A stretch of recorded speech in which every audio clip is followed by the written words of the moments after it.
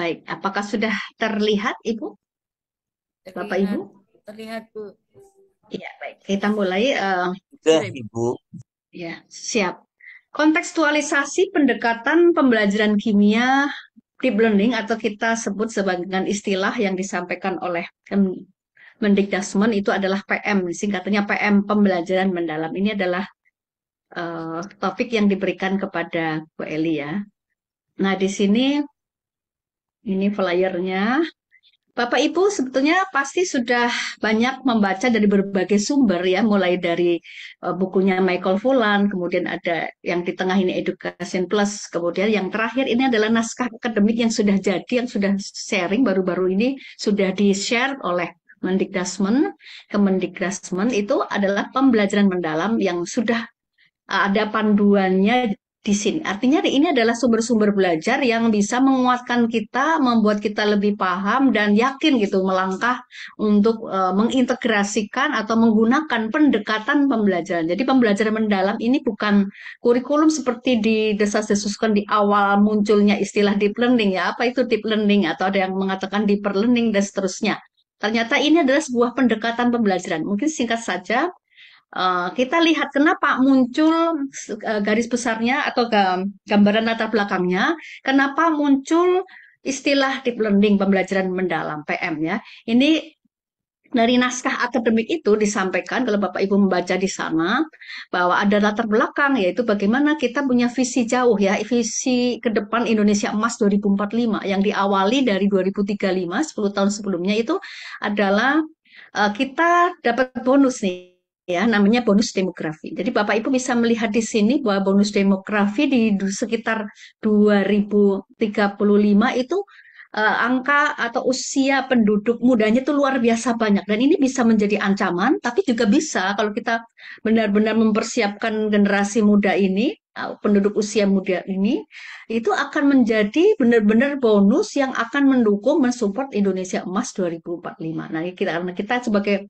guru, praktisi pendidikan, praksi pendidik ya, artinya kita perlu concern terhadap hal ini karena kita itu adalah ujung tombak yang menciptakan, mensupport, memfasilitasi bagaimana anak-anak didik kita disiapkan secara holistik untuk menghadapi masa-masa itu ya.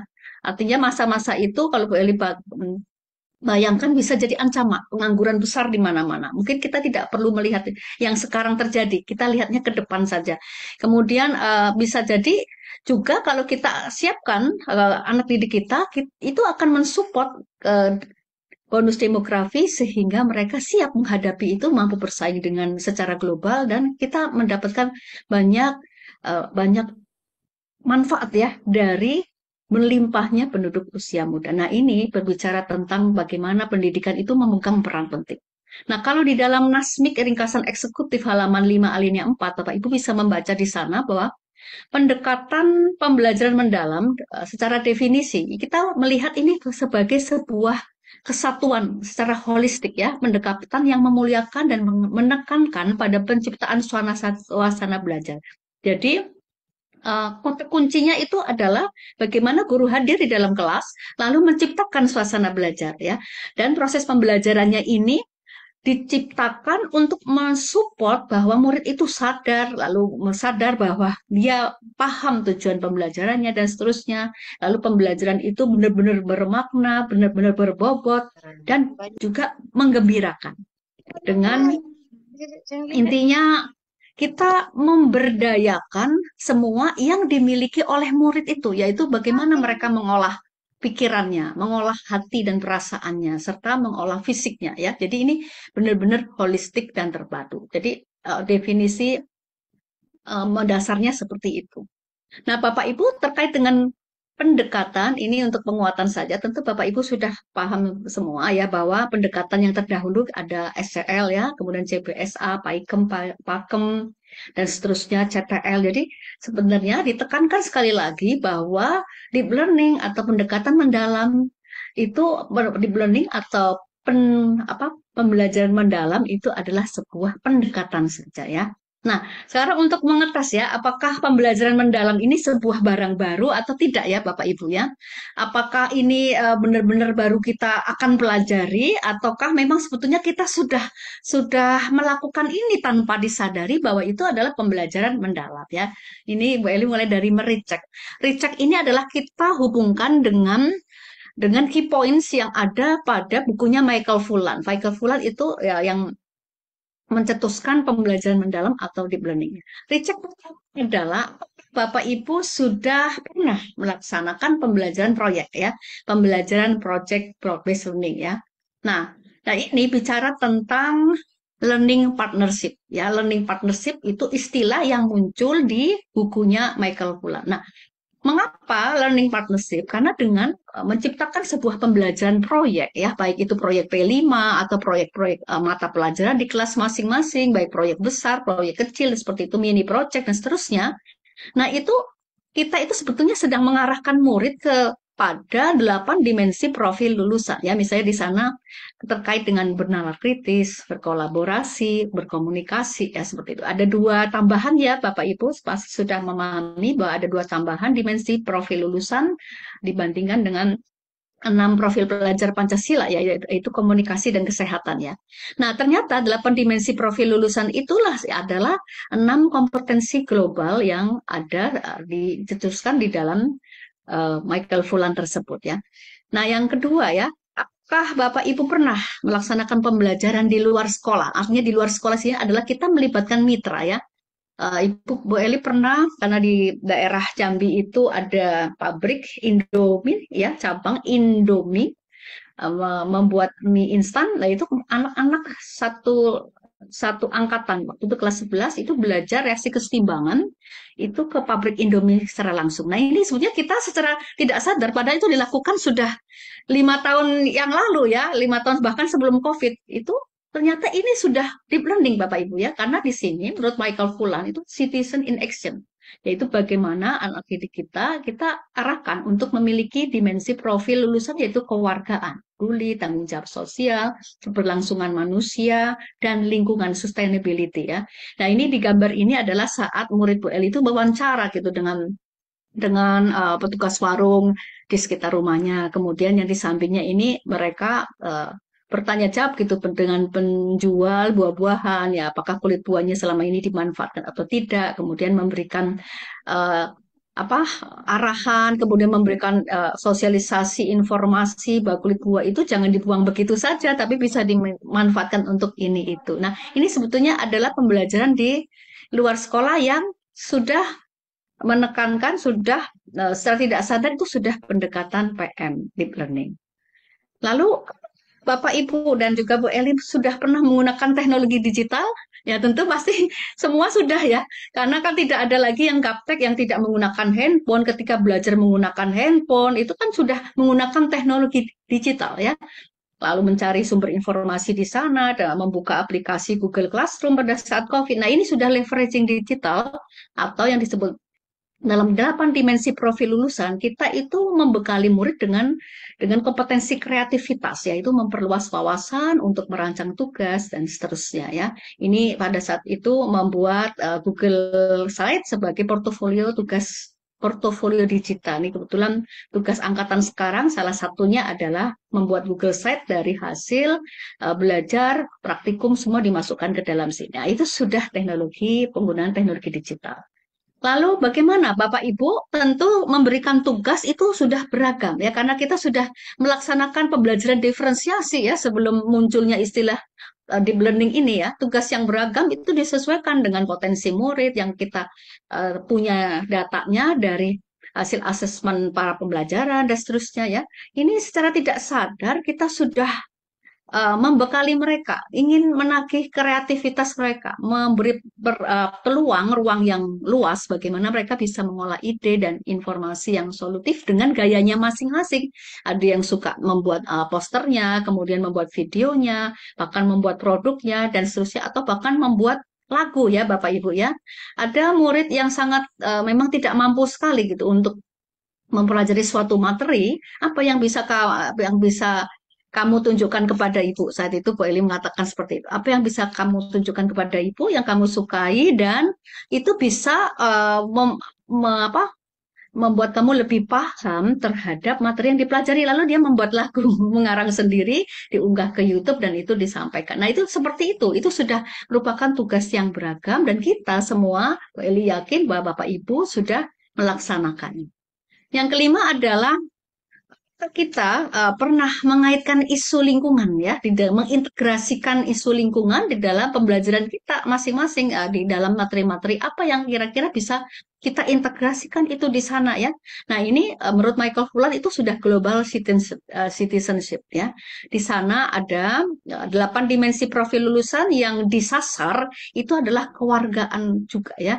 Bagaimana murid itu dilatih untuk peduli, tanggung jawab sosialnya muncul, kemudian uh, memahami, menyadari ada keberlangsungan manusia dan lingkungan di sana ya. Ini kebetulan pada saat itu mereka membuat ini materi hidrolisis garam Bapak Ibu ya.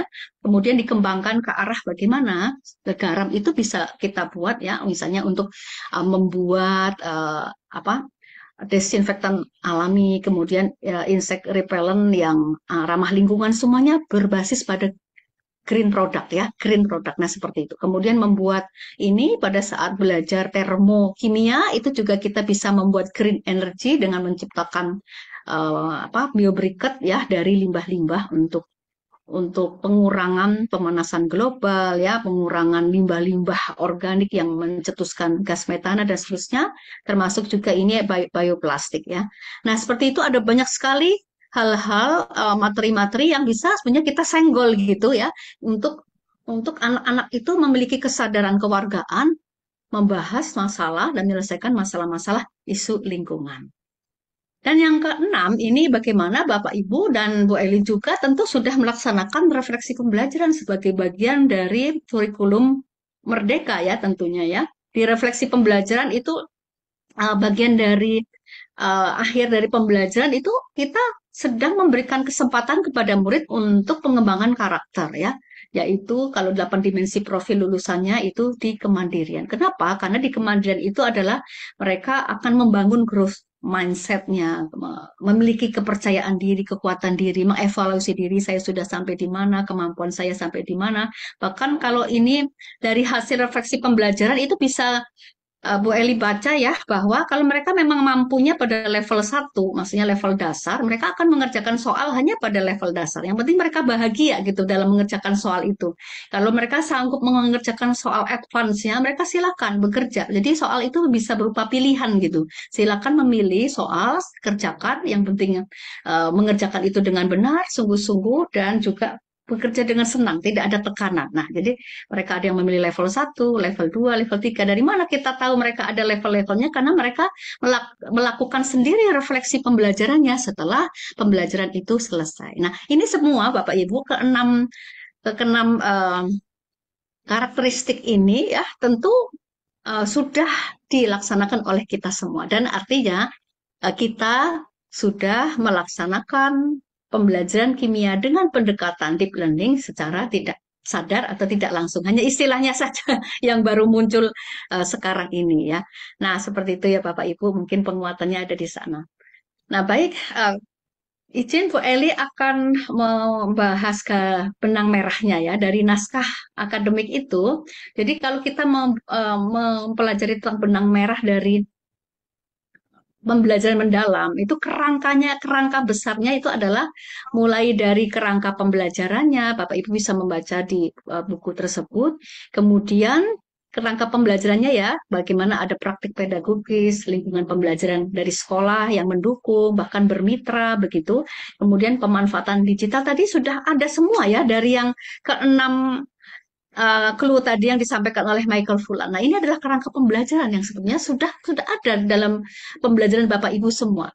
Kemudian pengalaman belajarnya. Nah, yang ditekankan adalah menggarisbawahi pengalaman belajar. Pengalaman belajar ada 3 tahap, yaitu bagaimana murid itu mengawali proses belajar dari level yang paling rendah dulu, yaitu memahami ya. Lalu mengaplikasi lebih dalam lagi mengaplikasi, lalu akhirnya diakhiri dengan refleksi. Nah, pengalaman belajar inilah yang nanti akan kita kupas dan tugas kita sebagai guru adalah menyajikan pengalaman belajar yang benar-benar memperkuat aplikasi dari pendekatan deep learning tersebut. Nah, untuk menyajikan pengalaman belajar ini, maka pengalaman belajar itu harus beraroma gitu, harus memiliki landasan, yaitu prinsip pembelajaran. Artinya pembelajaran yang disajikan oleh kita semua itu harus pembelajaran yang di sana tentunya bermakna ya. Kemudian pembelajaran berkesadaran dulu, mereka sadar dulu bahwa mereka belajar apa. Tujuan pembelajarannya harus jelas dulu. Lalu pembelajaran yang bermakna ya, dan pembelajaran yang artinya di sini adalah enjoy joyful ya, harus bahagia ya, karena terkait dengan emosi murid ya. Kalau di dalam pendidikan guru penggerak itu ada KSE ya. Jadi sebenarnya kita semua sudah melaksanakan yang namanya pendekatan pembelajaran mendalam atau deep learning. Hanya di sini kita perlu memberi memberikan keyakinan gitu pada diri sendiri gitu dan memberikan penguatan agar kita bisa lebih mempertajam proses pembelajaran, pengalaman belajar yang kita suguhkan kepada murid-murid itu supaya um, lebih kuat lagi. Nah, seperti itu ya Bapak Ibu. Semuanya ini adalah untuk menuju sebuah goal besar. Kalau goal besarnya itu adalah dimensi profil lulusan yang ada 8 itu ya. Itu adalah goal besar dari visi kita ya. Visi yang akan kita tanamkan kepada mereka tahun demi tahun sampai 3 tahun selesai. Jadi bagaimana mereka memiliki karakter kreativitas, maksudnya kompetensi kreatif, mandiri, bernalar kritis, kolaborasi dan seterusnya. Kalau kita tidak pernah menyajikan pembelajaran yang menyentuh itu, yang memfasilitasi itu. Nah, oleh karena itu pengalaman pembelajaran yang paling penting kita sajikan adalah yaitu yang bertujuan untuk mencapai 8 profil lulusan atau global kompetensi ya, 6 kompetensi global yang disampaikan Michael Flat. Jadi itu sebenarnya sama saja ya Bapak Ibu.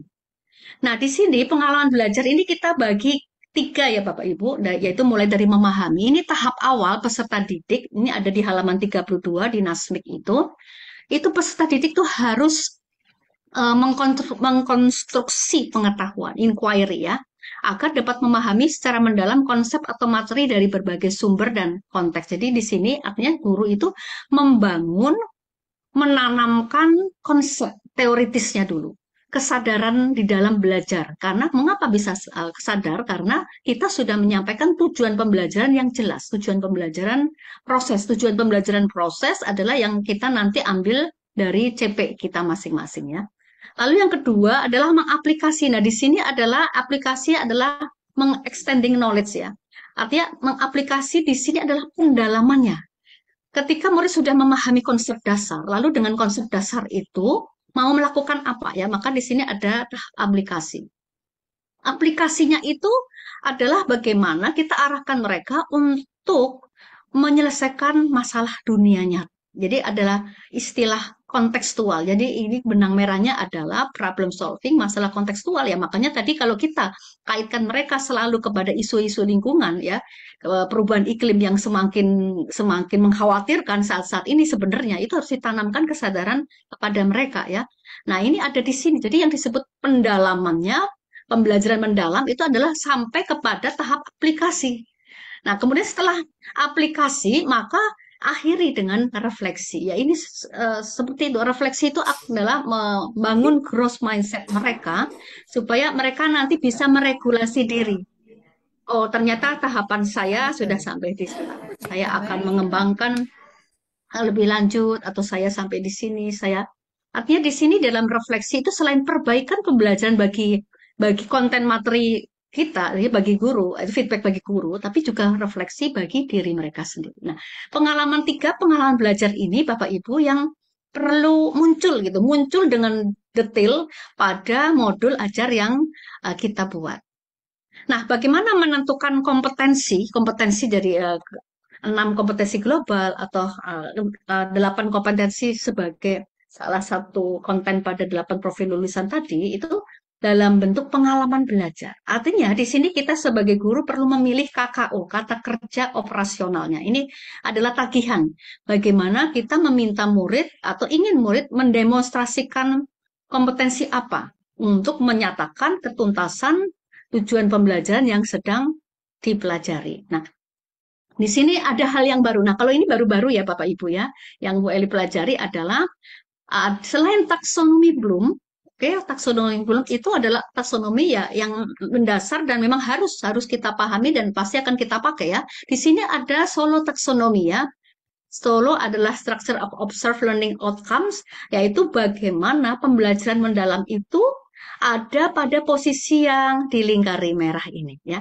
Artinya kompetensi kata kerja operasionalnya itu pada tahap pengalaman belajar mengaplikasi tadi itu sudah sampai ke menganalisis, mengaplikasikan, memberi reason, argumentasi ya, membandingkan, membuktikan, mengkritisasi ya, menjelaskan sebab akibat ya dan seterusnya. Jadi ini sudah sampai ke sini ada di bagian relasional. Lalu yang lebih tinggi lagi ya, di sini mengextended abstrak ya, kemampuan berpikir abstraknya dimunculkan, yaitu bagaimana mereka sudah membuat, menciptakan resep dari resepnya, merancang percobaannya, itu mereka benar-benar membuat begitu ya. Kemudian bisa menghasilkan apa sesuatu yang akhirnya nanti bisa itu menjawab dari kita integrasikan dengan isu-isu lingkungan tadi, menjawab permasalahan dunia nyata. Paling tidak permasalahan yang sederhana yang ada di rumah mereka masing-masing atau bahkan di sekolah. Jadi itu ya intinya adalah permasalahan kontekstual yang dekat saja dengan kehidupan mereka ya. Seperti permasalahan itu apa kalau saat-saat sekarang permasalahan itu lebih banyak kepada permasalahan lingkungan, sadar atau tidak sadar. Itu kita kalau mengamati bahwa permasalahan lingkungan itu ada terjadi di dalam sekolah kita masing-masing. Contohnya di sekolah Bu Eli itu sebetulnya masalah memilah sampah itu belum tuntas. Anak-anak itu masih membuang sampah sembarangan. Artinya sembarangan ini oke membuang sampah di dalam tempat sampah. Tidak dipilah ya. Artinya di sana ada sampah organik, sampah anorganik. Jadi hal-hal yang sederhana itu amati. Lalu bagaimana kita mengintegrasikan itu ke dalam capaian pembelajaran, materi-materi dalam capaian pembelajaran yang mau kita sampaikan. Tujuan pembelajarannya ya. Seperti itu ya Bapak Ibu. Nah, ini perbedaan antara taksonomi solo dan Bloom dalam pembelajaran mendalam. Jadi artinya pada taksonomi Bloom kita ambil di level HOTS ya, higher order thinking skill-nya. Gitu mulai dari C456 ya. Lalu taksonomi solonya tadi bagaimana pada tingkatan relasional dan berpikir abstrak untuk kata kerja operasional yang sini. Jadi ini sebetulnya kata kerja yang HOTS juga ya Bapak Ibu ya. Nah, pengalaman belajarnya adalah pembelajaran mendalam itu kaitannya sangat kuat dengan bagaimana proses aplikasinya, proses refleksinya itu benar-benar muncul, benar-benar dialami, disuguhkan oleh guru kepada murid selama proses pembelajaran untuk mencapai TP tertentu. Nah, seperti itu Bapak Ibu, ini contoh. Jadi misalnya Bu Eli mengambil ini kebetulan contoh yang terbaru yang memang sedang dilaksanakan oleh siswa kelas 12 yang melakukan ujian praktek kimia ya. Di sini CP peserta didik memiliki kemampuan memahami konsep senyawa karbon, hidrokarbon, dan turunannya beserta pemanfaatannya dalam kehidupan sehari. Ini CP ya. CP-CP ini kita bebas ya untuk memilih yang materi esensialnya yang mana ya. Lalu kalau misalnya dari materi esensial itu sudah kita pilih ya, ini kebetulan Bu Eli memilih materi esensialnya salah satunya adalah pembuatan polimer. Polimer ya, polimer level proses polimerisasi kondensasi ya. Nah, di sini TP-nya yang diangkat adalah untuk melaksanakan ujian praktikum tadi, peserta didik dapat mencipta atau membuat biopolimer atau bioplastik ya. Peserta didik dapat membuktikan bioplastik yang dibuat itu dapat terdegradasi lebih cepat dari non bioplastik. Nah, di sini Bapak Ibu bisa melihat KKO-nya ini sudah masuk ke KKO solo yang tadi ya, yang level kalau di Bloom-nya itu levelnya HOTS ya, mencipta. Nah, merancang dulu, mencipta, lalu membuktikan ya. Kenapa muncul kata terdegradasi? Karena ya ini isu lingkungannya sudah kita masukkan ke dalam sini ya. Nah, kompetensi apa yang mau disasar ya? Maksudnya kompetensi dari 8 profil lulusan itu apa? Kita pilih dari sana, misalnya kreatif, peneliti kritis atau kolaborasi tentu ya, karena bekerja dalam kelompok. Nah, baik Bapak Ibu, sekarang Bu Eli izin membedah modul PM-nya ya untuk yang polimer tadi. Izin stop share dulu atau bisa langsung ya? Langsung bisa kelihatan ya Bapak Ibu sudah? Kelihatan Ibu. Iya, baik. Nah, ini modul pembelajaran itu bisa beragam bentuknya. Tidak harus sama ya Bapak Ibu ya, tetapi yang penting kita memahami konsep eh, komponen modul yang minimal tiga komponen yang ada di 262 M 2022 ya. Jadi tiga komponen utama modul ya tetap ada, harus ada TP-nya, paling tidak TP-nya harus ada, lalu aktivitas pembelajarannya dan asesmen. Cukup tiga itu sudah bisa dibilang modul ya. Nah, kalau lebih lengkap lagi ya bisa dipenuhi lebih dari tiganya. Jadi artinya di sini contoh saja ya Bapak Ibu yang Bu Eli buat seperti ini modul pembelajaran tapi dengan konsep yang kita tekankan pada pendekatan pembelajaran deep learning. Jadi pendekatan PM-nya itu muncul di sini di dalam modul ini ya karena kepala sekolah apalagi sekarang ini sedang hari ini ada dan kemarin ada monitoring evaluasi Monef ya ke sekolah Bu Eli ya dan ini ditekankan sekali seperti itu. Ibu mana pembelajaran pendekatan DM-nya di aktivitas yang mana, apa yang membedakan dengan yang kemarin. Nah, gitu mereka nuntut sekali itu ya, seperti itu. Makanya di sini Bu Eli buatnya seperti ini ya. Ini identitasnya seperti ini. Kita ambil pada materi. Materinya adalah polimer alam. Jadi kalau polimer alam ini murid itu sudah belajar polimer buatan, sintetis dan sudah sampai ke makromolekul karbohidrat. Jadi mereka belajarnya sudah sampai karbohidrat, protein, lemak. Nah, lalu kita ambil salah satu saja ya, yaitu karbohidrat atau polimer alam karena nanti akan membuat bioplastik. Jumlah pertemuannya adalah 6 CP. Ini sudah berlangsung sebelum libur ya, Bapak Ibu. Sekarang masih berlangsung. Dan 15 CP. 6 pertemuan, 15 CP. Nah, CP yang diambil seperti ini tadi sudah Bu Eli bacakan ya. Di dalam CP itu ada CP pemahaman kimia, lalu CP keterampilan proses, udah pasti kita lakukan karena mereka melakukan percobaan. Nah, yang di sini yang ditekankan itu adalah pengalaman belajar. Jadi pengalaman belajar yang ini Bapak Ibu ya, memahami konsep materi, mengaplikasi, merefleksi itu muncul di dalam modul kita ya. Nah, lalu pengalaman belajar ini landasannya itu adalah pakai tiga prinsip deep learning itu ya, yang sudah tentu Bapak Ibu semua sudah paham semua ya.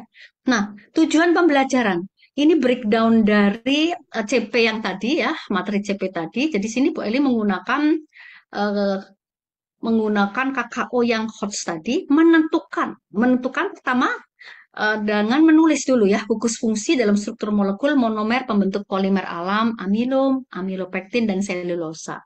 Lalu kedua menentukannya itu mereka menulis saja ya, karena memang tidak bisa ibarat kalau bahasa Jawanya tidak bisa disawang aja ya. Jadi belajar struktur kimia disawang saja itu pasti akan sangat sulit ya. Mereka harus menulis, benar-benar menulis ya. Struktur ikatan kimia, ada ikatan glikosida apa yang ada di sana untuk membentuk polimer alam. Amilum itu ikatan kimia yang mana, amilopektin yang mana, selulosa itu yang mana ya. Itu harus mereka pahami ya. Nah, kemudian di sini menentukan ya, maksudnya membuktikan melalui percobaan pembuatan bioplastik limbah kulit buah yang rendah ya, yang maksudnya yang mudah mengalami biodegradable karena ini membahas menyelesaikan isu lingkungan. Nah, Bapak Ibu ini Bu Eli bagi dua tujuan pembelajaran dalam kurung proses ini maksudnya yang menjawab TP sesuai CP. Nah, kemudian yang kedua, tujuan pembelajaran yang menjawab, memfasilitasi dimensi 8 profil lulusan. Nah, 8 profil lulusan itu kita pilih yang sesuai yaitu yang bernalar kritis, kolaborasi, dan kreatif. Ya, ini bisa dibaca di sini. Nah, penalartistis ini adalah bagaimana nanti murid itu memahami konsep dasar monomer penyusun struktur molekul polimer. Glukosa itu punya gugus fungsi apa saja, lalu ikatan kimianya itu seperti apa ya. Sampai dengan mereka ada aktivitas menganalisis berbagai sumber informasi untuk menentukan bahan limbah kulit buah sebagai bioplastik dan seterusnya ya. Lalu kolaborasinya, karena kita akan melihat mereka bekerja dalam kelompok. Jadi kita lihat, kita mengobservasi apa peran mereka, partisipasi murid dalam setiap kelompoknya. Lalu ketiga, kreatif ya. Kenapa kreatif? Karena mereka akan menciptakan, membuat resep, membuat bioplastik dari bahan limbah kulit buah yang nanti dia bisa terdegradasi dengan lebih efisien, misalnya lebih cepat ya. Nah, lalu dibuktikan daya degradable itunya seperti apa melalui percobaan. Nah, jadi TP-nya ini harus kita beritahu kepada murid, harus kita bacakan, harus kita tayangkan. Jadi mereka benar-benar tahu apa yang sedang mau mereka kerjakan ya. Jadi TP, menyampaikan TP adalah sebuah eh, apa mindful mindful learning. Artinya mindful, berkesedar, prinsip berkesadaran. Mereka sadar benar bahwa mereka akan melakukan apa.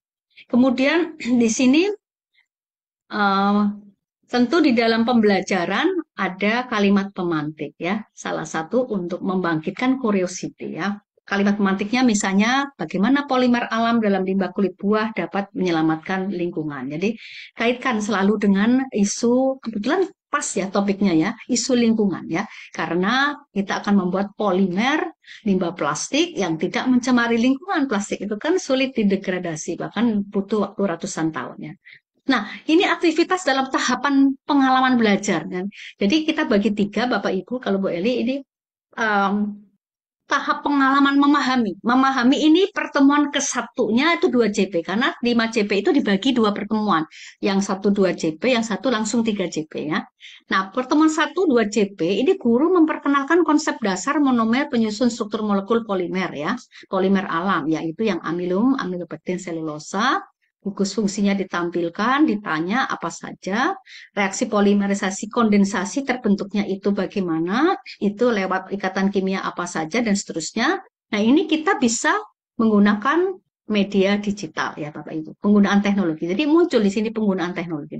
Lalu yang kedua, kita meminta mereka mulai berdiskusi dalam kelompok ya, menjawab pertanyaan konseptual pada LKPD ya, atau bisa saja ditayangkan saja di slide, kemudian mereka menjawab dan di sana muncul interaksi, berdiskusi kelompok, bertukar pikiran di sana ya.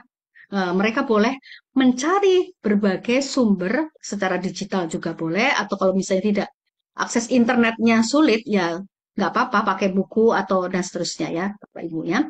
Lalu murid mengkomunikasikan hasil pemikirannya dalam kelompok kecil masing-masing dalam kelompok. Jadi kita ternyata dari hasil pengamatan ya Bapak Ibu ya, murid itu akan lebih senang ternyata menyampaikan pendapatnya, lebih berani di dalam kelompoknya masing-masing yang 6 orang, 5 orang ya. Tidak harus semua murid tampil di depan kelas. Yang di depan kelas itu Bu Eli pilih yang memang mereka benar-benar suka, kemudian sangat menguasai, dan memang mereka di situ ya kompetensi untuk berbicara di depan publik itu mereka punya. Jadi itulah nanti yang mereka yang merangkum semua diskusi-diskusi dari kelompok kecil. Jadi di sini kita menggunakan kelompok-kelompok kecil sebagai aktivitas untuk meletakkan dasar pemahaman konseptual, teoritisnya itu ada di aktivitas ini.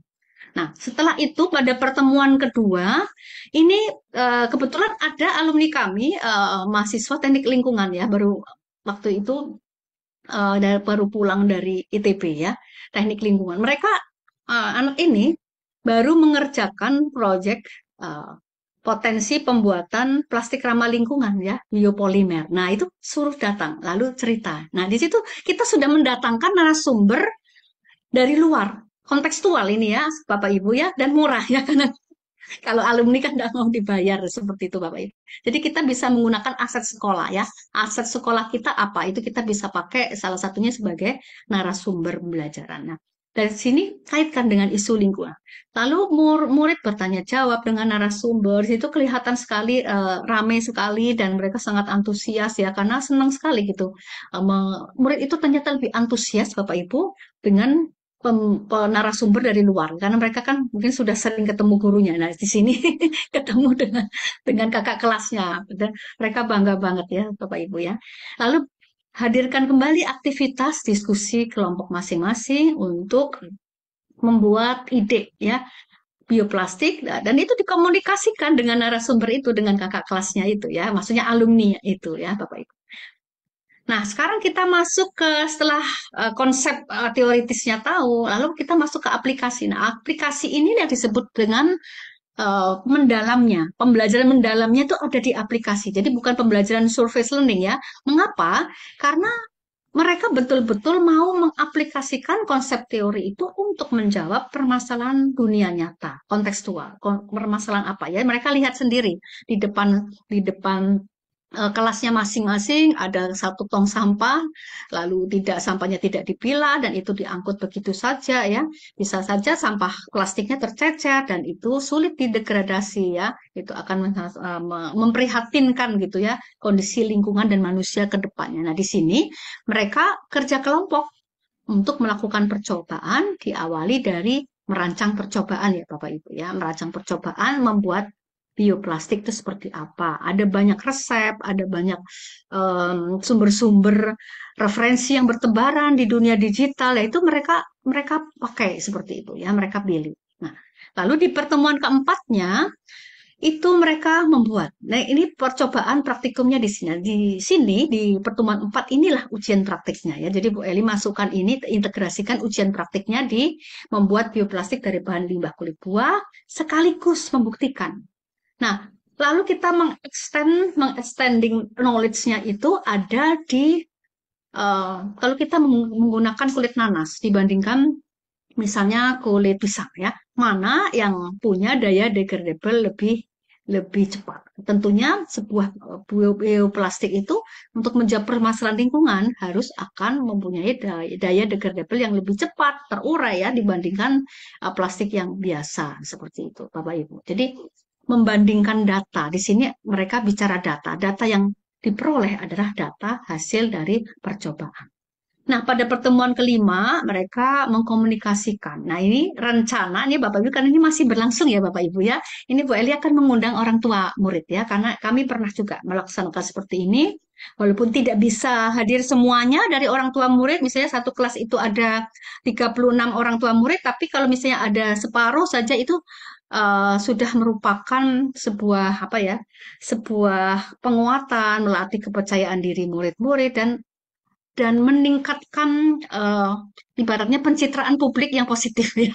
Jadi karena kami sekolah swasta, maka pencitraan publik yang positif itu harus intens gitu dilakukan. Orang tua murid mendapatkan kepercayaan bahwa anak-anaknya benar-benar dilatih dengan baik, belajar dengan baik ya sampai mereka bisa mempresentasikan hasil percobaan praktikumnya. Jadi di sebuah aula seperti itu. Ini pernah boleh dilakukan pada dua tahun lalu.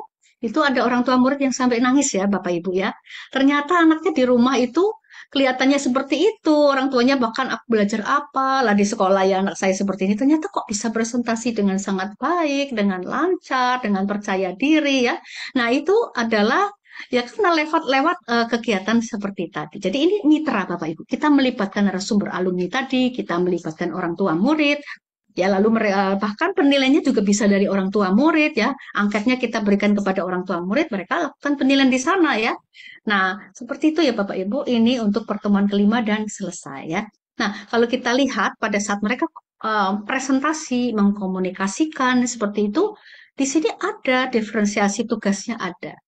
Jadi ada yang presentasi, ada yang menyiapkan PowerPoint-nya, ya, Canva-nya, ada yang menyiapkan produknya, ada yang menyambut tamu-tamunya. Jadi banyak banyak potensi murid yang semuanya akan bisa tergali ya kalau kita memfasilitasi mereka dengan aktivitas-aktivitas yang seperti ini ya. Jadi ini adalah tahap aplikasinya seperti itu.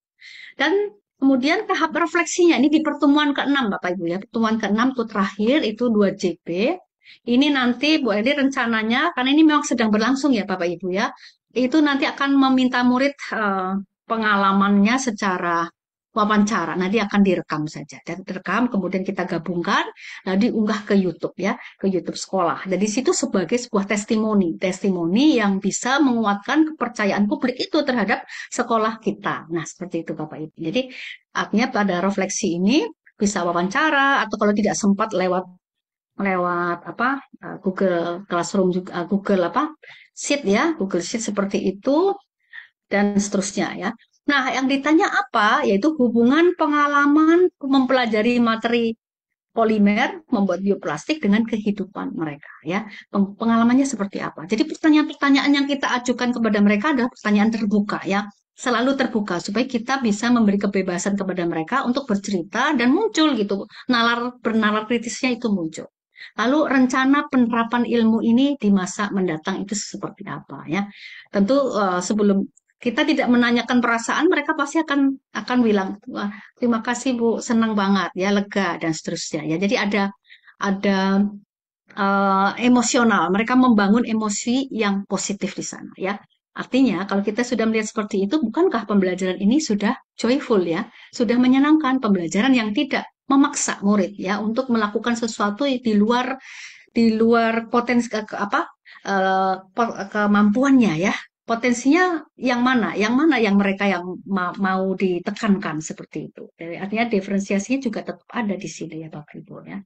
Nah, jadi setelah sampai di tahapan refleksi, aktivitasnya itu aktivitas dari pembelajaran itu adalah pada 3 tahapan ini, memahami, mengaplikasi, dan merefleksi. Lalu kita lakukan asesmen, karena asesmen dan proses pembelajaran tidak bisa dipisahkan ya Bapak Ibu ya.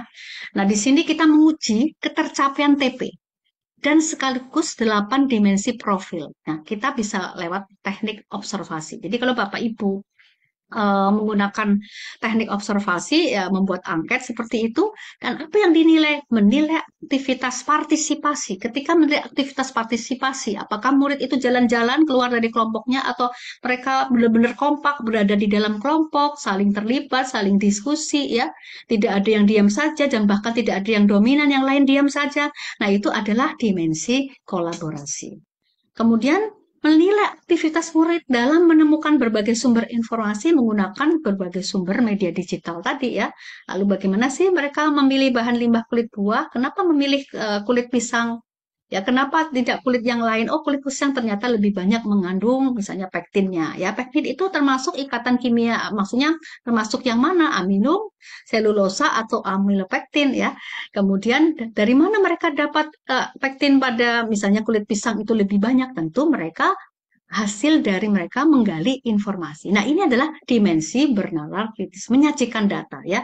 Mereka memilih dengan dasar data. Ada data yang mereka peroleh sehingga mereka memilih itu. Ini namanya dimensi bernalar kritis ya. Lalu berikutnya dimensi kreatif ya. Dimensi kreatif adalah saat kita menilai aktivitas murid selama melaksanakan percobaan. Cobaan apa? Yaitu bagaimana sih mereka membuat bioplastiknya. Bagaimana mereka membuktikan daya degradable-nya? Misalnya ditanam di dalam tanah ya dan seterusnya ya. Lalu berapa hari ya? Lalu dibandingkan kalau bioplastik A, bioplastik B, bioplastik C. Di situ semua ada datanya ya Bapak Ibu ya. Ini adalah dimensi kreatif. Kalau yang tidak kreatif bagaimana? Misalnya di sana ada saja ya murid yang mereka tidak membandingkan gitu, cuma satu aja. Tapi ada yang bahkan mau bandingkan banyak ya, itu kita jumpa, itu Bu Eli coba karena ini pernah dilakukan 2 tahun yang lalu. Nah, di dalam proyek P5 ya Bapak Ibu, dan ini mau Bu Eli ya sedang Bu Eli laksanakan untuk proyek mapel pada ujian praktikum kelas 3. Nah, yang terakhir adalah refleksi pengalaman belajar murid ya. Refleksi bagian dari asesmen karena di sini kita menilai kemampuan murid ya. Emosi murid yang muncul ya saat menceritakan hubungan pengalaman mempelajari materi dengan kehidupan murid itu menerapkan ilmu ini di masa mendatang. Bahkan yang baru lulus kemarin ya Bapak Ibu yang ketika mereka mengerjakan proyek ini itu uh, kirim email begitu ya. Mereka bercerita ya bahwa wah senang sekali berkat itu saya punya ide Bu, saya kembangkan, saya mengikuti lomba di kampus dan saya memenangkan dan seterusnya. Kan kita bahagia ya Bapak Ibu ya. Nah, inilah pendekatan pembelajaran mendalam atau deep learning ya. Artinya sebenarnya tidak ada hal, kesimpulannya adalah tidak ada hal yang baru ya Bapak Ibu ya. Artinya kita hanya perlu untuk memberi penegasan aja, penekanan, penguatan atau benang merah itu muncul pada aktivitas pembelajaran yang kita sajikan pada murid-murid kita, yaitu di mana sekali lagi di bagian memahami pengalaman belajarnya yang kita sampaikan, yang kita ingin mereka alami kan benar-benar mengalami gitu. pemahaman konsep di awal, kemudian mengaplikasi ini lebih kepada mengelaborasi knowledge ya, konsep dasar itu menjadi sebuah sebuah tindakan nyata untuk menyelesaikan masalah kontekstual yang ada di sekitar murid aja, di sekitar murid yang dekat-dekat dengan murid ya, seperti itu.